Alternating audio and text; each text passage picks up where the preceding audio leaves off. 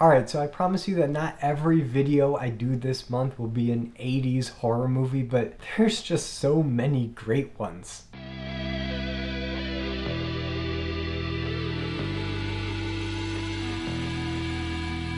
Poltergeist. So Poltergeist came out in 1982, was written and produced by Steven Spielberg, and if you watch this movie, it's very much in the style of Close Encounters, E.T., Jaws, that early days Spielberg that I love so much. This feels right in his wheelhouse. But even though this movie has Spielberg's fingerprints all over it, he actually didn't direct this movie. It actually went to Tobe Hooper, who directed the Texas Chainsaw Massacre, and when Spielberg saw that movie, he knew that he'd be perfect for Poltergeist. I guess the official story is that Spielberg was too busy with directing E.T. at the time, and he couldn't manage E.T. and Poltergeist at the same time, so he handed it off to Hooper. But if you watch this movie, it doesn't feel like a Tobe Hooper movie. It really doesn't. If you look at anything else that Tobe Hooper has made, Poltergeist doesn't really feel like that. It feels so much like Spielberg, where I'm convinced that Spielberg had to have shown up on set almost every day to, make sure it all looked good. But I have no evidence to back that up. It's just the feeling that I get watching this movie, because man, it really feels like a scary version of E.T. But let's really get into the story, because this is a setup that we've seen done so many times. So many James Wan films have referenced and pulled influence from this setup. And it's, your average middle-class suburban neighborhood. This house, it's very lived in. You have a likable family. There's kids, and all of a sudden some things start happening, and maybe there's a ghost, maybe it's something more demonic, but regardless, these weird things are happening and they don't know what's going on, so they have to kind of figure it out and survive. But the thing I love so much about this movie is that setup wasn't as commonplace back in 1982 as it is today. Back then, you thought haunting movies, you thought creepy old mansion, House on Haunted Hill, those kinds of movies. Putting it into a contemporary setting was actually a pretty big risk at the time, and I can't begin to tell you how greatly it's pulled off, not just for this movie, but for horror cinema in general. We have benefited so much. Again, James Wan's filmography speaks for itself. So for the sake of this video, I really want to break down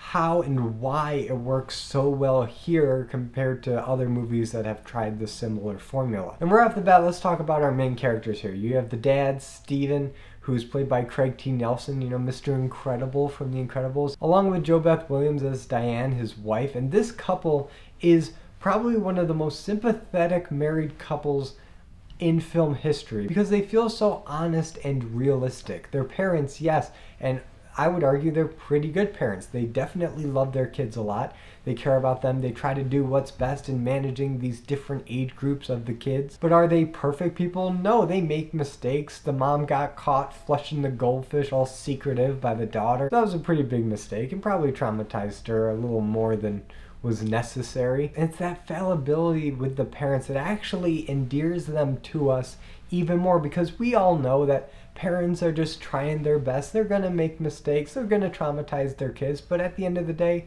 if it's a loving home, it's all worth it. And that's the impression that we get so strongly from this family, and it's just a joy to watch. And that's something Spielberg is so good at, because between Close Encounters and E.T. and now Poltergeist, he really understands family dynamics and this middle-class nuclear family and the drama that goes on and how people talk to each other, but more than anything else, the real love that is at the heart of this family. It warms your heart in a way that not many horror movies manage to do, but in the context of horror movies, this is so effective because it lowers your guard. You get a little more comfortable. You're like, okay, this doesn't feel like a horror movie. I don't really feel that tension or suspense. It's just kind of pleasant. I hope nothing bad happens to the family. Oh wait. But before that happens, there are a few examples of paranormal activity. There's that whole scene with the stacking of the chairs that is just so beautifully shot. And again, I don't really know who to give the proper credit for, whether it's Tobe Hooper or Spielberg. But regardless, that one shot where you see the chairs by the table and then you follow the mom without cutting, and then it comes back and you see them all stacked up like a pyramid. That is so effective, because I can imagine all the PAs that had to run out and stack those chairs as fast as possible and leave before the camera got back there. That had to take so many tries to get right. but also it's not a scary moment in the typical sense. It's not a big jump scare. It's not gonna freak you out or make your skin crawl. It's actually pretty benign and kind of charming. This ghost is kind of playful. It's moving things around. It's not trying to hurt anybody. But at the same time, in the back of your mind, you're like, okay, what else can it do? Because I've seen Paranormal Activity. I've seen The Conjuring. I know where these movies tend to go. So what else is it capable of? And it turns out it's capable of taking one of your kids. And it's here where Caroline gets taken into the spirit realm and can communicate through the snow on the television set, where the movie really gets going. Because now there's stakes. This ghost isn't just being playful and whimsical and goofy and having a good time with these weird occurrences. It's actually dangerous and malicious, because not only is Caroline taken, the tree gets possessed and tries to snatch up the boy. So it's here where the parents do the sensible thing and call the Ghostbusters. Or at least this movie's version of Ghostbusters. They're these paranormal investigators that really are not that experienced. All the things that they've investigated were probably hoaxes, probably not actual spirits, but it's their hobby. They're professors at a university, so they do this on the side. And I guarantee you this was one of the few different inspirations for Ghostbusters. Ghostbusters only came out a couple years later, and the parallels between this team of investigators and the Ghostbusters is just hilarious to me, and I kind of wish I lived in a universe where Ghostbusters came out first and the Ghostbusters made a cameo in this movie that's all connected, all part of a shared universe. That would be awesome, and the tones actually wouldn't conflict that much. I'd be okay with that. But anyway, these investigators show up and they set up cameras and they set up motion detectors and all of this equipment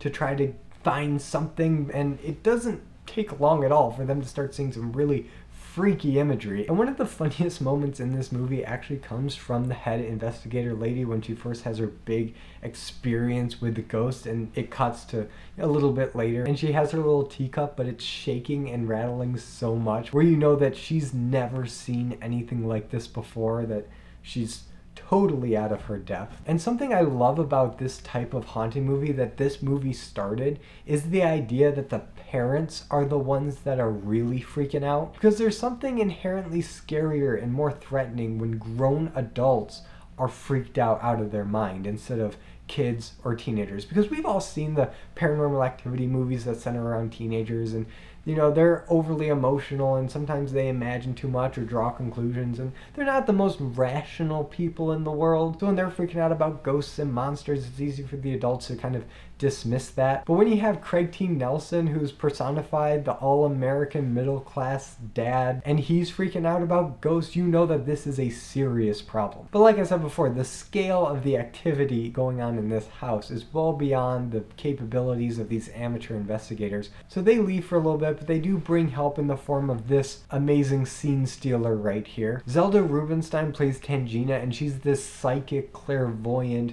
ghost whisperer type person, and she is just amazing. And she's been parodied and referenced so many times in other films that you know exactly the type of person that she's gonna be as soon as she comes on screen. And at first glance you see her and she's short and she's got kind of a funny voice, and Craig T. Nelson makes a few jokes at her expense, so you're expecting this kind of comedic relief, you know, wise old woman character. And for the most part that's how she plays it. But when they make their plan to get Carol Ann back, which involves tying a rope around the mom and sending her into this giant gaping monster mouth in the wall to go get the daughter back, and then they're gonna pull her out. She has some truly bone-chilling delivery as she's talking to the spirits and she's trying to reach out into this astral plane. There's something about the combination of the visuals on display, which are impressive and a lot to take in, and ILM did an amazing job with the effects in this movie. It's so good, along with that high voice of Tangina where it really gets under your skin and you don't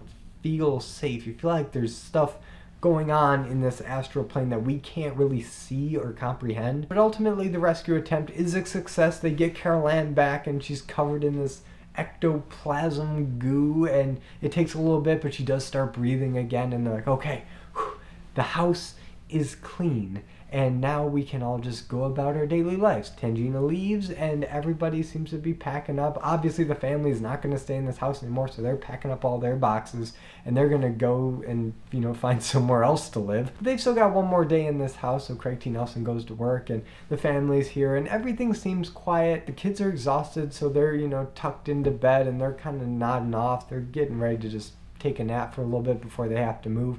And the mom, she makes a bath for herself, needs to unwind after all this very traumatic stress over almost losing her daughter, which I completely understand. But this is where the movie really kicks it up a notch. Everything just gets amped up to 1,000. So now this demon or whatever that's in control of this dark force, is really mad. And it just starts creating chaos in this house. And it's here where some of the most memorable visuals in this movie come into being. I guess this is where I should talk about the clown, because this clown doll thing that's been really creepy throughout the whole movie and has been set up as one of the things that the boy fears the most. This is where it pays off, and as someone who was scared of clowns as a child, I can't imagine what this movie would have done to me if I saw this at a young age, because what they do with the clown here is some of the most effective jump scares and just scares in general of any movie. Because for this whole movie, you've seen this clown sitting on this chair, something's up with it,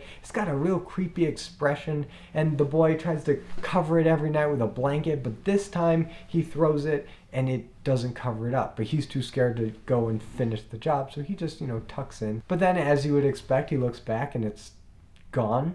So, that's weird. And then he looks under the bed, and he does all the really cliche horror movie, looking for the thing that's gonna scare you tropes. But even knowing that going in, when he looks under the bed and you're like, it's not gonna be under the bed, it's gonna be right behind him in 3, 2, 1. Yep. The sound design and the chuckle in that clown's voice and the stringy arms wrapping around the boy's throat, all of that just makes that jump scare more than a regular jump scare. It's not just boom, loud noise, scary image. It's loud noise, scary image, great sound design, great effects, great practical puppetry, and it continues throughout the whole sequence. While the mom is struggling with gravity in the other room, this boy is having a death match with this clown. He's tearing out stuff and he's punching it in the face. He's really going ham on this clown. And while all this is going on, the mom finally makes her way to the door of the bedroom, and it's guarded by this amazing puppet of a ghost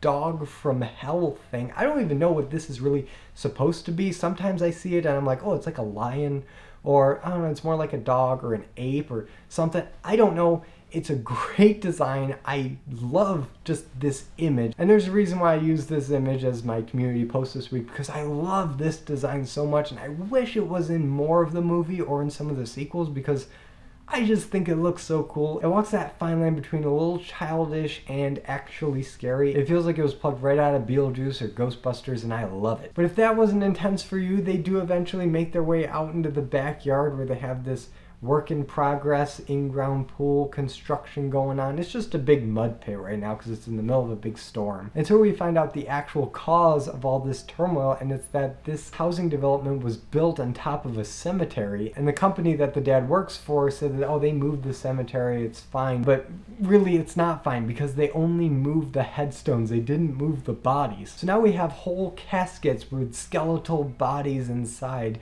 coming up out of the ground, opening up, traumatizing the whole family. And the dad, upon learning this from his boss, is rushing back home. He gets there, but now there's skeletons and bodies and all this crazy stuff going on, and his boss is there witnessing all this. So Craig T. Nelson is yelling at him, "You only moved the headstones!" And it all culminates in probably technically the best effect in the movie, and it's when the house implodes on itself and disappears. I watched the whole Light and Magic documentary on Disney Plus, and I still really don't understand how they made that effect look as convincing as they did, because wow. So that's pretty much Poltergeist. It's a fantastic haunting movie. It's the cornerstone of any haunted house movie that's come out in the past 30 to 40 years, and it holds up surprisingly well. Yeah, the effects are a bit 80s, everything's practical, but ultimately this movie is just fantastic, and it walks that fine line that only Steven Spielberg in the 80s could walk, where it still has that wholesome, fun for the whole family tone, while at the same time being a proper horror movie. It does not skimp out on the scares or the intensity, but it never loses that heart, that family unit at the center.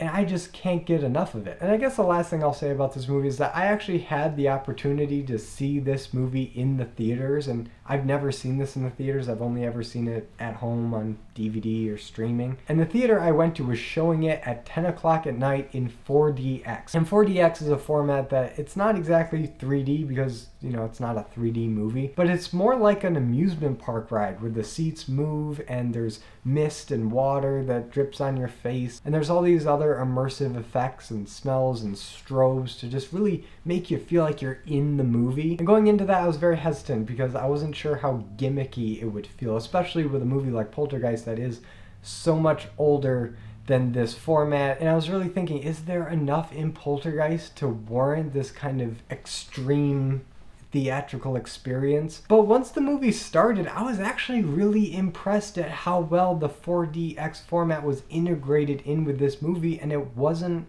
super distracting. In fact, there were a few people at this screening that had never seen this movie before, and they were fully engaged to the point where people were actually screaming. And it wasn't just that surprise scream, that gaspy scream that you see in a lot of horror movies. No, this was a full-on cheesy horror movie, prolonged, high-pitched scream. And I can't remember the last time I experienced that in a theater, and it just shows how effective this movie still is as both a heartwarming family story and a proper horror movie. So I turn it over to you guys. What do you think about Poltergeist? Whatever you think, let me know in the comments. And if you like this video, be sure to give it a like and subscribe for more content and hit the notification bell to be notified every time I upload a video. As always, I'm Colby. This is my Nerdy Talk, and I'll see you in the next video.